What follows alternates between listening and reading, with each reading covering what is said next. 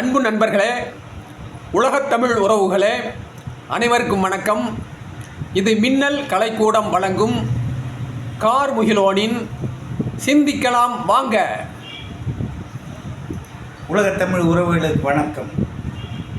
அதாவதுங்க ஐயா, இந்த பிறவிகள்லேயே பெரியவங்களாம் சொன்னாங்கல்ல, அரிதறிது மானிடரா பிறத்தல் அரிதுன்னு. நம்ம மனித ஜென்மந்தான், மனித பிறவி தான் மிக உயர்ந்த பிறவி.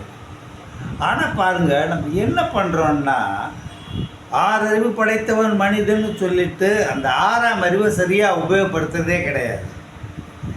என்ன பெரிய கொடுமைன்னா, நம்ம வளர்ந்து ஒரு நல்ல நிலைமைக்கு வந்த அப்புறம் நமக்கு பிறவி கொடுத்து படிப்பை கொடுத்து நல்ல வாழ்க்கையை அமைத்த பெற்றோர்கள் தான் பிள்ளைகளுக்கு முதல் சுமையாக போகிறார்கள்.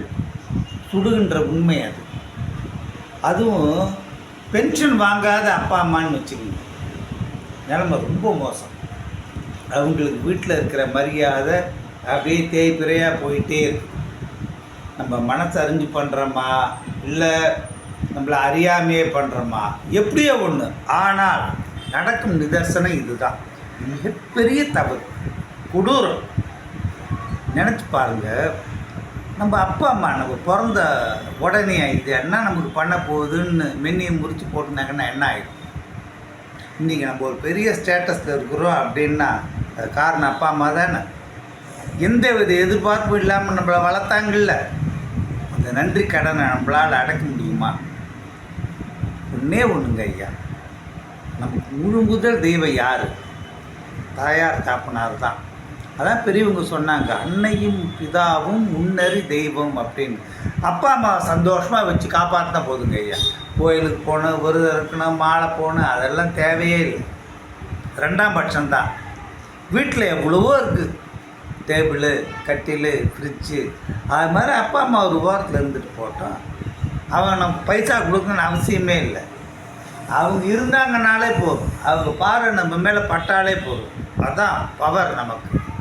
அவங்களோட ஆசீர்வாதம் மனம் குளிர அவங்க புள்ள இருக்கிறான் அப்படின்ற ஒரு நம்பிக்கை இருந்தால் போதும். அதுதான் தேவை. அந்த நம்பிக்கை அவங்களுக்கு இல்லாமல் போயிடுச்சுன்னு வச்சுக்கோங்களேன், திட்டமாட்டாங்க. மனத்தில் இப்போ படபடப்பு இருக்குது பார்த்தீங்களா, அந்த படபடப்பின் தாக்கம் ரொம்ப கடுமையாக இருக்கும். அது வேணாம். அப்பா அம்மாவை காப்பாற்றணும். ஒரு சின்ன கதை சொல்கிறேன் பாருங்கள். நான் படித்த கதை. அவன் என்ன பண்ணுறான், அம்மாவுக்கு ரொம்ப வயசாகி போச்சு. அம்மா என்ன பெரிய சுமையாக இருக்குது, டெட் வெயிட்டு, கொண்டாந்து மலை மேலே உட்காந்து வச்சுட்டு வந்துடுவோம் அப்படின்னு சொல்லிட்டு அம்மாவை தூக்கிட்டு மலைக்கு போகிறான். காட்டு பாதையில் மலையில் கொண்டு போய் உட்காந்து வச்சிடலாம். அம்மாட்டும் சொல்லிட்டான், நீ ரொம்ப பெரிய பாதையாக இருக்கிறம்மா, மலையில் உட்காந்து வச்சுருக்கிறேன், நீ வேணுங்கிறது என்ன கிடைக்குதோ கிடச்சி சாப்பிட்டு காலத்தை கழிச்சிரு. மலையில் என்னங்க இருக்கும், பாறாங்கல் மலையில். பையன் அவ்வளோ அழகாக பேசி அம்மாவை தூக்கிட்டு போகிறான் வைக்கிறதுக்கு. அம்மாவுக்கு தெரிஞ்சு போச்சு, சரி காற்று தான் நமக்கு உணவு, எப்போ முடிவு வரதா வரட்டும். அது தூக்கிட்டு போகும்போது அம்மா என்ன பண்ணுது, மரக்கிளை அதை பிடிச்சி இழுத்து கொத்து இலை கொத்தை பறிக்குது, வாசனையாக இருக்குது. அதை பிச்சு போட்டுக்கிட்டே போகுது அந்த அம்மா. பையன் திட்டுறான். அப்போ கூட அம்மா, நீயே பெரிய சும்மா என்னத்துக்கு இலை இதெல்லாம் பறிச்சுட்டு பாடாப்படுத்துகிற? அதுக்கு அம்மா சொன்னாங்களா, டேய் ராசா, நீ என்னை மலையில் கொண்டாந்து உக்காந்து வச்சிருவ, பரவாயில்ல, ஆனால் நீ பத்திரமா வீட்டுக்கு போனமேடா தம்பி, காட்டு வெளியே நீ தவறு போயிடக்கூடாது இல்லையா, நீ பத்திரமா வீட்டுக்கு போனாலும் அந்த இலையை போட்டுக்கிட்டே போகிற, இலை வாசனை இருக்குது பார்த்தியா, இந்த வாசனையை வச்சே நீ பத்திரமா வீட்டுக்கு வந்துடலாம், அதுக்காக தான்டா தம்பி. அதை கேட்டோன்னே அந்த பையன் இதை வெடுத்து அப்படி துடிக்கிறான். இவ்வளவு பாசமாக நம்ம மேலே இருக்கிற அம்மாவை கொண்டு போய் பாறை மேலே உட்காந்து வச்சுட்டு வரலான்னு நினச்சோமே, என்ன கொடூரம் அப்படின்னு சொல்லிட்டு அம்மாவை கட்டி பிடிச்சிக்கிட்டு, நான் மனசு தெரிந்துட்டம்மா, இனிமேல் நீ கடைசி வரைக்கும் என் கூடயே இரு, கண்ணை இமை காப்பது போல் உன்னை காப்பது என் கடமை அப்படின்னு சொல்லிட்டு அம்மா அப்படியே சந்தோஷமாக கட்டி பிடிச்சிக்கிட்டு வீட்டுக்கு வந்துடுறான். இது கதை தான். ஆனால் நம்ம வாழ்க்கையில் என்ன பண்ணுறோம், இந்த இதை கதையாக நினச்சிட்டு நம்ம கண்டுக்காமல் விட்டுடுறோம்.